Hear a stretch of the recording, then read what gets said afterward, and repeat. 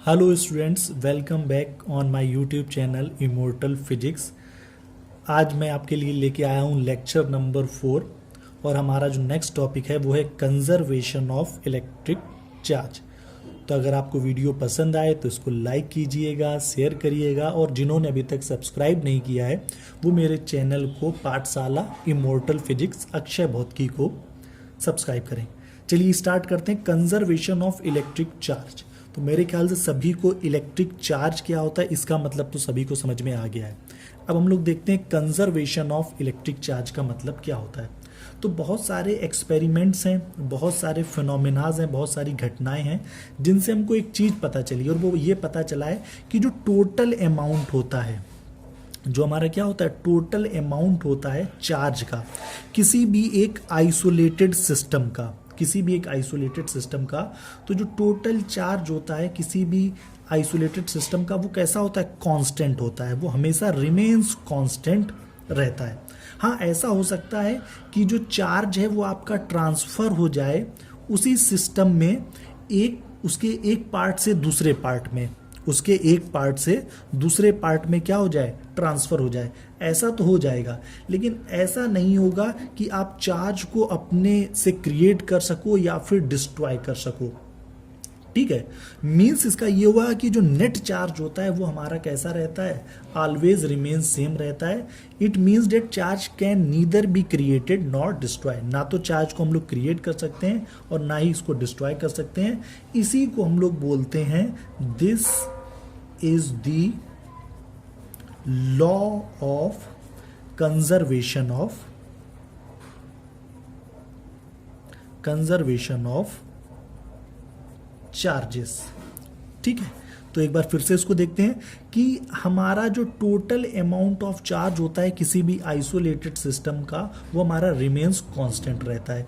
ये तो हो सकता है कि सिस्टम के एक पार्ट से चार्ज कहीं दूसरी जगह ट्रांसफर हो जाए, लेकिन जो ओवरऑल चार्ज होगा, जो नेट चार्ज होगा, वो हमेशा हमारा कैसा रहेगा, रिमेन्स इन द सेम। उस सिस्टम में कैसा रहेगा, सेम रहेगा। मीन्स चार्ज को ना तो हम लोग क्रिएट कर सकते हैं ना ही डिस्ट्रॉय कर सकते हैं। इसी को हम लोग बोलते हैं कंजर्वेशन ऑफ चार्जेस। और जो फर्स्ट लेक्चर में हम लोगों ने समझा था उस एग्जाम्पल को लेते हैं तो बहुत अच्छे से समझ में आएगा। हम लोगों ने एक ग्लास की रॉड ली थी, ठीक है, ये थी हमारी ग्लास रॉड, और एक हमने ये सिल्क का कपड़ा लिया था, सिल्क क्लॉथ, सिल्क लिया था। तो ये हमारा एक पूरा का पूरा क्या है, ये हमारा एक सिस्टम है। तो हम लोग जब इस सिल्क को इस ग्लास रॉड के ऊपर रब करेंगे तो इस ग्लास रॉड के पास जितना पॉजिटिव चार्ज होगा उतना ही इस सिल्क के क्लॉथ के पास क्या होगा, नेगेटिव चार्ज होगा। ठीक है, ये बात मेरे ख्याल से सभी को समझ में आ रही होगी। तो जितना पॉजिटिव चार्ज इस ग्लास रॉड के ऊपर अपीयर होगा, सेम टाइम उतना ही निगेटिव चार्ज इस हमारा जो सिल्क था उसके ऊपर भी क्या होगा, अपीयर होगा। तो ओवरऑल चार्ज जो हुआ वो सिस्टम का वो हमारा कैसा रहा, पहले भी जीरो था और अभी भी जीरो है। क्योंकि पहले मान लीजिए चार्ज जीरो था, अब इसके ऊपर अगर पॉजिटिव आया है 5 तो इसके ऊपर निगेटिव आ जाएगा कितना, 5 माइनस का, तो ये +5 ये -5, तो ओवरऑल जो रहेगा वो हमारा क्या रहेगा, जीरो रहेगा। इसी को हम लोग बोलते हैं conservation of electric charge. Next topic है हमारा very important topic, Coulomb's law, force between 2 point charges. ठीक है, 2 पॉइंट चार्जेस के बीच में फोर्स। तो देखो इतना तो हमको पता चल चुका है कि अगर हमारे पास 2 लाइक चार्जेस होते हैं, एक जैसे चार्जेस होते हैं, तो वो एक दूसरे को क्या करेंगे, रिपेल करेंगे। और अगर हमारे पास 2 अनलाइक चार्जेस होते हैं, एक पॉजिटिव होता है एक निगेटिव होता है, तो वो एक दूसरे को क्या करेंगे, अट्रैक्ट करेंगे। ये आपके अट्रैक्ट करेंगे और इनके बीच में क्या होगा, ये एक दूसरे को रिपेल करेंगे। तो इससे हमको ये पता चल रहा है कि चार्जेस के बीच में क्या है, फोर्स है। इसीलिए देखिए हेडिंग का नाम क्या है, फोर्स बिटवीन 2 पॉइंट चार्जेस। चाहे वो रिपेल करें चाहे वो अट्रैक्ट करें, तो इससे ये तो पता चल गया कि 2 चार्जेस के बीच में हमारा फोर्स है। और आपको याद रखना है इस फोर्स का नाम क्या है, इसको हम लोग बोलते हैं इलेक्ट्रिक फोर्स। इसको हम लोग क्या बोलते हैं, इलेक्ट्रिक फोर्स। ठीक है, फिर उसके बाद हम आते हैं कि इन 1785 में जो हमारे साइंटिस्ट थे कूलम ने, उन्होंने बहुत सारे एक्सपेरिमेंट किए और उस एक्सपेरिमेंट के बेसिस पे उन्होंने 2 पॉइंट चार्जेस के बीच में अगर हमारे पास चार्जेस हैं, अगर हमारे पास 2 चार्जेस हैं तो उनके बीच में ये जो लगने वाला फोर्स होता है, इसके लिए उन्होंने एक लॉ दिया। उसी लॉ को हम लोग क्या बोलते हैं? कूलम्स लॉ बोलते हैं। तो क्या कहता है कूलम्स लॉ? तो कूलम्स लॉ कहता है कि अगर आपके पास 2 स्टेशनरी पॉइंट चार्जेस हैं तो या तो वो एक दूसरे को अट्रैक्ट करेंगे अगर अपोजिट होंगे, और अगर सेम होंगे तो वो एक दूसरे को क्या करेंगे? रिपेल करेंगे।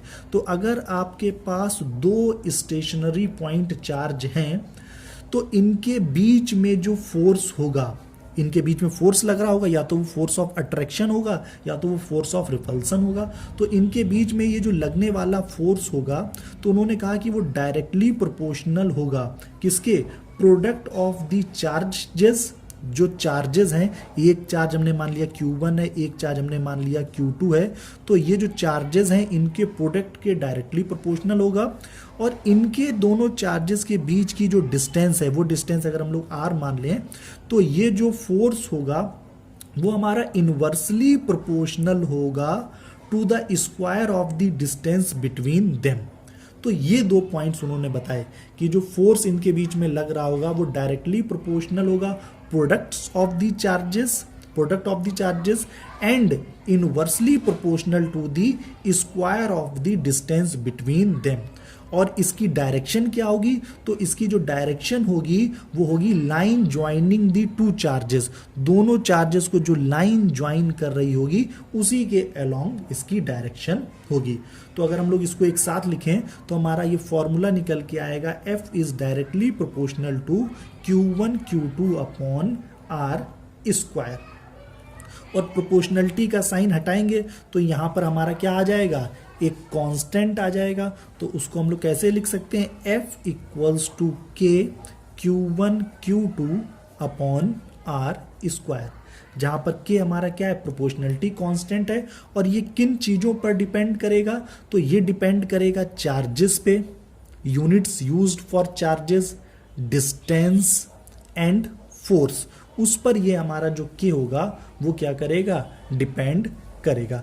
एक्सपेरिमेंट से K की जो वैल्यू निकाली गई है वो K की वैल्यू आपको याद रखनी है। वो K की वैल्यू है 9.0 into 10 to the power 9 newton metre square पर कूलम स्क्वायर। ठीक है, तो इसको हम लोग इस तरीके से भी लिख सकते हैं, F equals to 9.0 into 10 to the power 9 Q1 Q2 divided by R square. चूंकि हम लोग फोर्स लिख रहे हैं तो इसकी जो यूनिट होगी वो हमारी यूनिट क्या होगी? न्यूटन होगी। ठीक है, अब यहां से अब हम लोग एक काम और कर सकते हैं। हम लोग यहां से एक तो अगर हम लोग यहां से ये पता करना चाहें कि 1 कूलम चार्ज कितना होता है, 1 कूलम कितना चार्ज होता है, तो देखिए हम लोग बना सकते हैं। अगर हम लोग इस इक्वेशन में Q1 और Q2 जो है उसको अगर हम लोग मान लें 1 कूलम, दोनों चार्जेस के बीच की जो डिस्टेंस है R उसको मान लें हम कितना? 1 मीटर। तो जो F निकल के आएगा, ये 1 हो गया, ये 1 हो गया, तो जो F निकल के आएगा वो कितना होगा? 9.0 into 10 to the power minus 10 to the power 9 newton. Means ये जो फोर्स होगा, अगर दोनों सेम टाइप के चार्जेस होंगे तो ये कैसा फोर्स होगा? रिपल्सन का फोर्स होगा। मीन्स दोनों चार्ज एक दूसरे को रिपल कर रहे होंगे। तो अब अगर हम लोग देखें कि 1 कूलम चार्ज कितना होगा, तो इससे अगर हम लोग डेफिनेशन बनाएं तो 1 कूलम चार्ज कितना होगा? तो 1 कूलम चार्ज उतना होगा कि when placed at a distance of 1 metre from an equal and similar charge in vacuum repels it with a force of 9 into 10 to the power 9 Newton. इसका मतलब क्या हुआ कि अगर हमारे पास 2 सेम चार्जेस हैं, ठीक है, 2 हमारे पास सेम चार्जेस हैं और वो एक दूसरे से कितनी डिस्टेंस पे रखे हुए हैं? 1 मीटर की डिस्टेंस पे रखे हुए हैं, और वो एक दूसरे पर फोर्स ऑफ रिपल्सन लगा रहे हैं। और कितना फोर्स ऑफ रिपल्सन लगा रहे हैं? 9.0 into 10 to the power 9 newton का। तो उस वक्त ये जो चार्ज होगा वो चार्ज हमारा कितना होगा? 1 कूलम होगा। तो ये आपको याद रखना है। अच्छा, जो कूलम है वो हमारी काफ़ी बड़ी यूनिट है, तो हम लोग कूलम की जगह यूज़ करते हैं माइक्रो कूलम। और आपको याद रखना है 1 माइक्रो कूलम जो होता है वो 10⁻⁻⁶ कूलम के बराबर होता है। ठीक है, अब देखिए अगर ये चार्ज हमारे कहाँ पे रखे हों, वैक्यूम में रखे हों। अब कुछ कंडीशंस हैं, अगर ये चार्ज हमारे कहाँ पे रखे हों, वैक्यूम में रखे हों या फिर कहाँ पे रखे हों, एयर में रखे हों, तो हम लोग अपने कन्वीनियंस के लिए इस प्रोपोर्शनलिटी कांस्टेंट को क्या लिख लेते हैं, 1/4 पाई एप्सिलॉन नॉट। तो जो हमारा F का फॉर्मूला हो जाएगा वो हो जाएगा 1/4 pi epsilon not Q1 Q2 upon R square Newton. और आपको लेकिन एक चीज याद रखनी है कि 1/4 पाई एप्सिलॉन नॉट की जो वैल्यू होगी वो हमारी वही है 9.0 इंटू 10⁹ न्यूटन मीटर स्क्वायर पर कूलम स्क्वायर। बस अपनी कन्वीनियंस के लिए उसको हम लोग क्या लिख सकते हैं, 1/4 पाई एप्सिलॉन नॉट लिखते हैं। ठीक है, तो पहली चीज तो ये हो गई। और यहां पर आपको याद रखना है कि जो एप्सिलॉन होता है ये आपका क्या कहलाता है, permittivity of free space. Permittivity of free space. अगर अब हम लोग यहां से डायमेंशन निकालें, अगर हम लोग डायमेंशन हमसे पूछ दी जाए कि आप डायमेंशन बताइए किसकी, 1/4 पाई एप्सिलॉन नॉट की, तो यहां से देखें 1/4 पाई एप्सिलॉन नॉट किसके बराबर होगा, F into R square divided by Q1 Q2 के बराबर होगा। फोर्स का डायमेंशनल फॉर्मूला आपको मालूम होगा, mLT की पावर -2 होता है। R हमारी क्या है, डिस्टेंस, तो इसको हम लोग क्या लिख सकते हैं, इसको हम लोग लिख सकते हैं L स्क्वायर। सभी ने क्लास 11 में पढ़ा होगा। और Q1 Q2 चार्ज अभी आपने देखा था, जो चार्ज होता था वो चार्ज किसके बराबर होता था, एम्पियर सेकंड के बराबर होता था। तो एम्पियर के लिए A यूज़ करते हैं, सेकंड के लिए T यूज़ करते हैं, और यहाँ पर 2 बार है तो ये आपका बन जाएगा A स्क्वायर T स्क्वायर। तो यहाँ से हमारा ये जो फॉर्मूला बन जाएगा वो बन जाएगा mL की पावर 3 T की पावर -4 और A की पावर -2।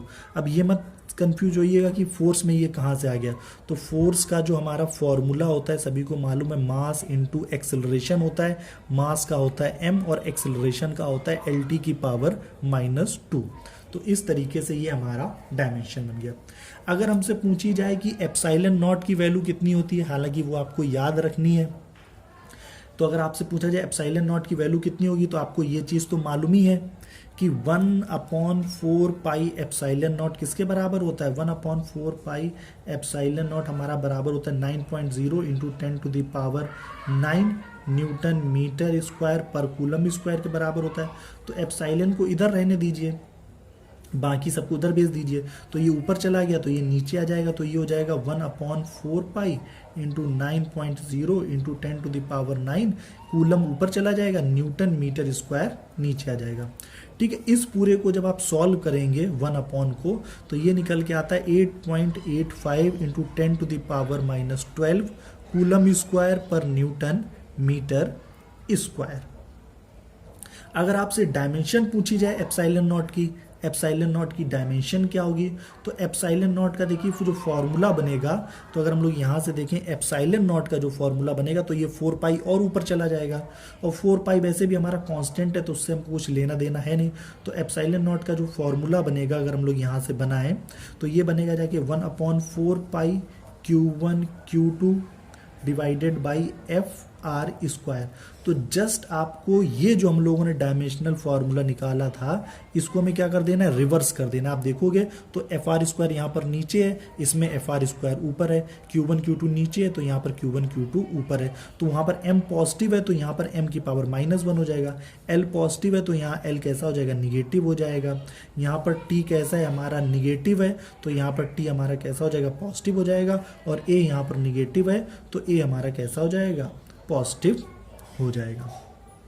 अगर हम लोग इसी से यूनिट लिखना चाहें एप्सिलॉन नॉट की, तो एप्सिलॉन नॉट की जो यूनिट होगी, m का मतलब हो गया kg तो kg की पावर -1, l का मतलब हो गया मीटर तो मीटर की पावर -3, t का मतलब हो गया सेकंड तो सेकंड की पावर 4, और ये हमारा ampere square as it is. ठीक है।